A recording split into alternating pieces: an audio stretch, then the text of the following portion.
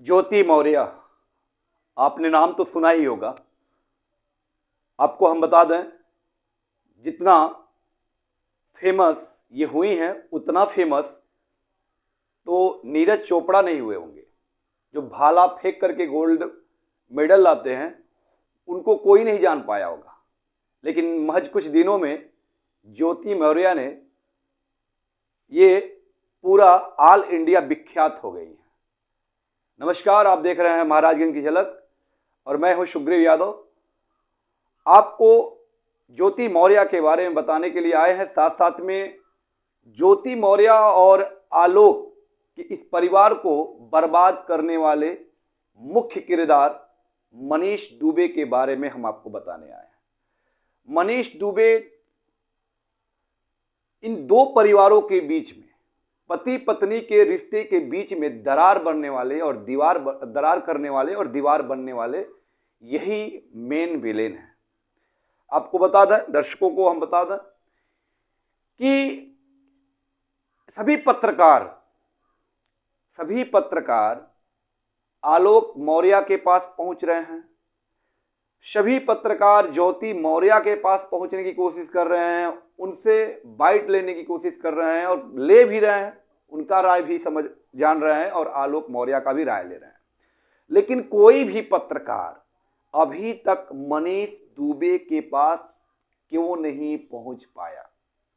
सवाल तो बनता है, अभी तक कोई भी पत्रकार उनसे सवाल दागने क्यों नहीं गया कि ये जो आरोप आपके ऊपर लग रहे हैं, क्योंकि उन्हीं के कारण आज ज्योति मौर्य और आलोक का परिवार और उनके बच्चे रोड पे हैं। समझ लीजिए कि कहीं के नहीं रहे, परिवार बिखर गया है।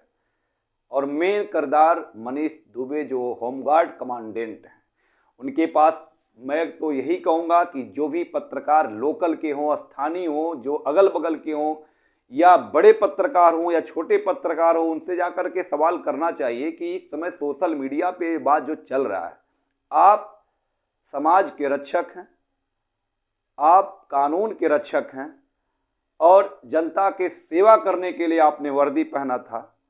आप जनता की सेवा न करके समाज के लोगों के बीच में रह करके आप एक समाज के रक्षक के बजाय आप भक्षक का काम कर रहे हैं। ये कहाँ तक जायज़ है? ये तो सवाल दागना चाहिए।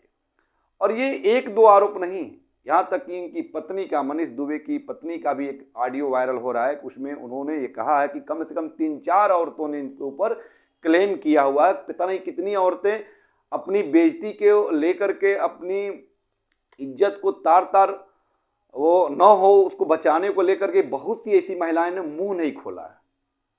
मनीष दुबे जी, आप वास्तव में असल जिंदगी में आप कभी हीरो तो बन नहीं पाए और आप वर्दी पहन लिए हैं, लेकिन आप असल जिंदगी में आप कभी हीरो न थे, न हैं, न कभी रह पाएंगे।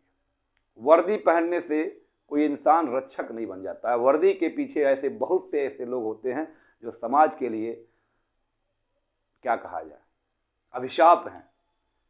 आज हमको रोना आ रहा है जब आलोक मौर्य वो माइक और कैमरे के सामने वो फपक के रोता है कि हमारी बेटियां हैं, हमारी बेटियों से मिलने नहीं दिया जा रहा है।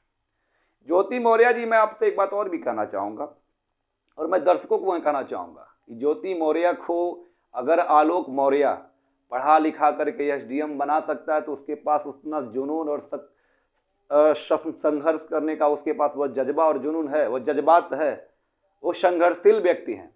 आलोक मौर्य वो अपनी दोनों बेटियों को पाल पोस करके बड़ा भी कर सकते हैं, उसके अंदर वो जज्बा है और वो संस्कारी भी बनाएंगे, वो पूरी फुल गारंटी है।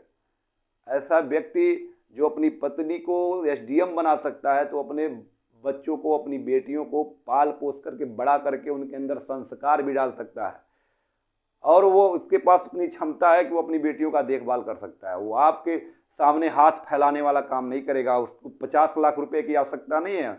महोदया, आप एसडीएम हैं, शायद आपको पता होना चाहिए कि एसडीएम के अंदर जो है सर्कल ऑफिसर आते हैं, सीओ साहब आते हैं और सीओ साहब भी सैल्यूट करते हैं, जय हिंद सर, ऐसे बोलते हैं। सीओ साहब, सर्कल ऑफिसर, उनके अंडर में आते हैं। तो एसएचओ मतलब क्या होता है, थाना मतलब क्या होता है। अभी तक आपने 13 सालों में आपने कोई एप्लीकेशन नहीं डाला कि आपसे आलोक मौर्य 50 लाख रुपए का जो है दहेज का मांग कर रहे थे। कहीं ना कहीं आप बहुत हर तरह से आप घिर जाएंगी।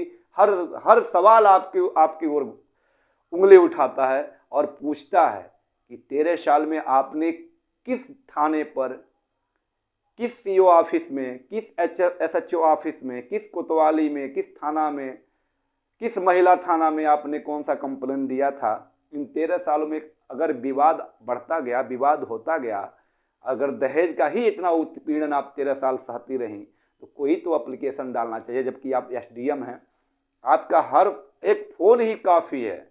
अब तो शायद आप भी ये भी कह रही थी, आपका एक ऑडियो वायरल हो रहा है, उसमें आप कह रही कि मैं डीपीआरओ से मैं बोल दूंगी, तुम्हारा नौकरी चला जाएगा, तुम्हारी शिकायत पहुंच जाएगी, तुम किसी लायक नहीं रहोगे, तुम रोड पे आ जाओगे। तमाम तरह का आपका ऑडियो है, जो हर ऑडियो वीडियो, हर कोई सवाल जो उंगली उठता है वो आपकी तरफ उठ रहा है, उस सारे तरफ से, यानी कि आप बिल्कुल गलत गलत गलत होती जा रही हैं।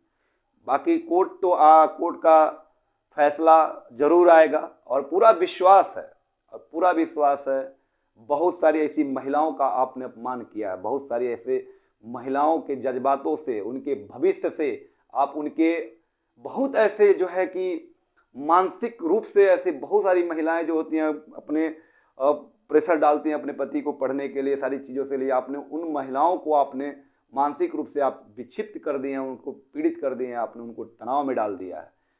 बहुत सी महिलाएं आलोक मौर्य के साथ हैं, बहुत से पुरुष वर्ग लोग जो है, बहुत सारे लोग खुल करके एकदम बिल्कुल बयानबाजी दे रहे हैं कि आप पूरा 100 लोग जो है आपके अगर विपक्ष में है तो आप अकेली कह रही हैं कि मैं सही हूँ। ये तो कोई नहीं कर सकता है भाई।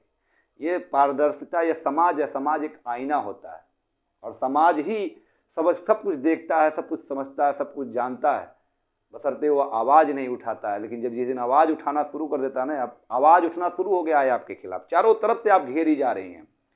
रही बात कोर्ट की, तो पूरा विश्वास है पूरे भारतवर्ष के लोगों को जो आलोक मौर्य के साथ हैं, उनके पक्ष में फैसला आएगा और उनकी बेटियां उनके पास जाएंगी, अपने पापा से मिलेंगी और मुझे न्यायालय पर पूरा विश्वास है कि न्याय मिलेगा। न्यायालय के न्यायाधीश बिल्कुल निर्णय अच्छा करेंगे और मैं यही कहूँगा कि न्यायाधीश महोदय भी आलोक मौर्य के ही पक्ष में निर्णय देंगे और वो पक्ष आएगा, क्योंकि बहुत सारी ऐसी महिलाओं का आशीर्वाद आलोक मौर्य के साथ है, पुरुषों का भी आशीर्वाद आलोक मौर्य के साथ है।